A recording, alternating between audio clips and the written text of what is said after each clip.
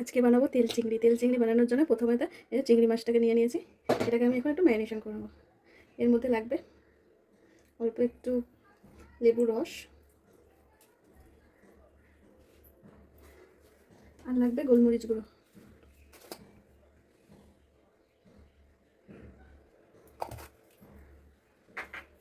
একটু একটু নুন দিয়ে দেবো।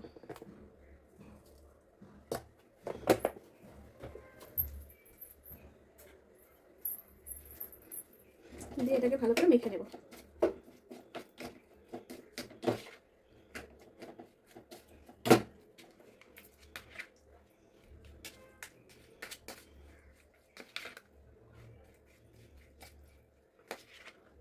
এটা দেখতে পাচ্ছ সুন্দরভাবে এটাকে মাখানো হয়ে গেছে।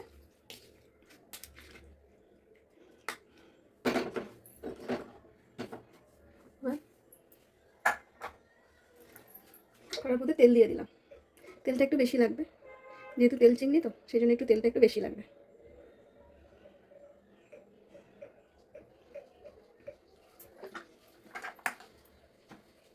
তেলটা দিয়ে গ্যাসটা অন করে দিলাম।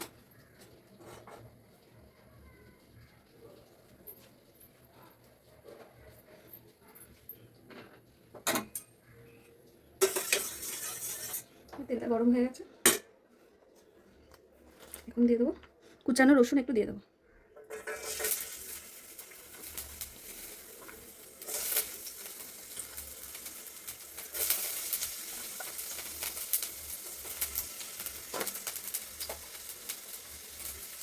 অনেকটা পরিমাণে রসুন দিয়ে দিচ্ছি। এটা রসুনটা একটু ভালো করে ভেজে নেব।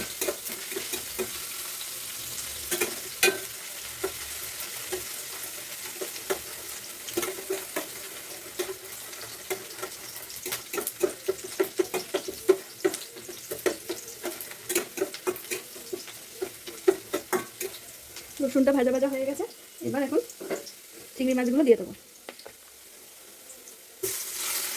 এখন গ্যাসের ফ্লেমটাকে একদম লো টু মিডিয়ামে রেখেছি।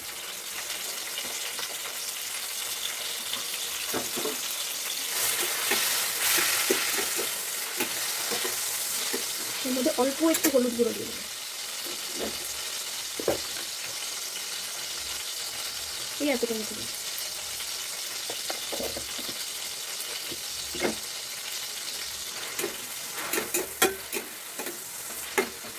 এটাকে ভালো করে একটু কুক করে নেব। এর মধ্যে দিয়ে দেবো একটু চিলি ফ্লেক্স।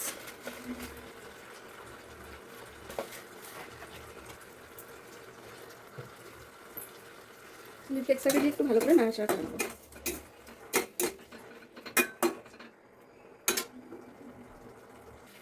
এবার এর মধ্যে একটু ধনে পাতা কুচি দিয়ে দেবো। দিয়ে এটাকে ভালো করে একটু নাড়াচাড়া করে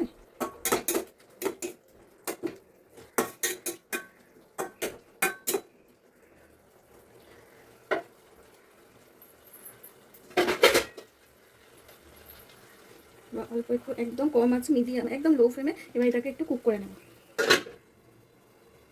চলো দেখা যাক এবার কীরকম হয়েছে ব্যাপারটা। এই দেখো কত সুন্দরভাবে চিংড়ি মাছটা একদম সেদ্ধ হয়ে গেছে আর খুবই সুন্দর হয়েছে। এবার এটাকে আমি নামিয়ে নেব। এত সুন্দর মানে স্মেল বেরিয়েছে না, এটা গরম ভাতে দিয়ে খেতে একদম আসাম, খুব সুন্দর লাগবে। এটা আমি অনেকবারই বাড়িতে বানিয়েছি, তার জন্য আপনাদের সঙ্গে এটা আমি মানে রেসিপিটা শেয়ার করলাম।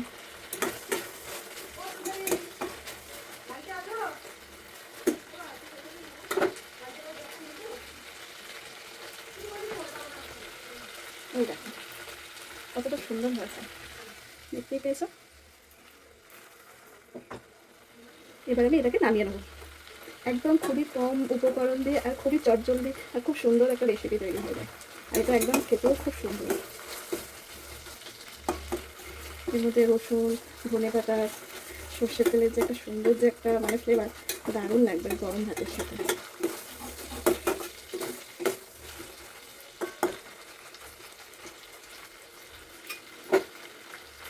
এবার এটাকে আমি নামিয়ে নেব। গ্যাসের ফ্লেমটা অফ করে দিলাম। এই দেখো কত সুন্দর লাগছে না দেখতে। এটা খেতেও সেই রকম সুন্দর একদম। তোমরা এরকম এবার বাড়িতে ট্রাই করে দেখো, দারুণ লাগে গরম ভাতের সাথে এগুলো। দেখতে পেয়েছো? চলো তাহলে ভিডিওটা এখানেই শেষ করলাম। আর ভালো যদি লাগে অবশ্যই লাইক, কমেন্ট, শেয়ার এবং সাবস্ক্রাইব করার অনুরোধ রইল। টাটা।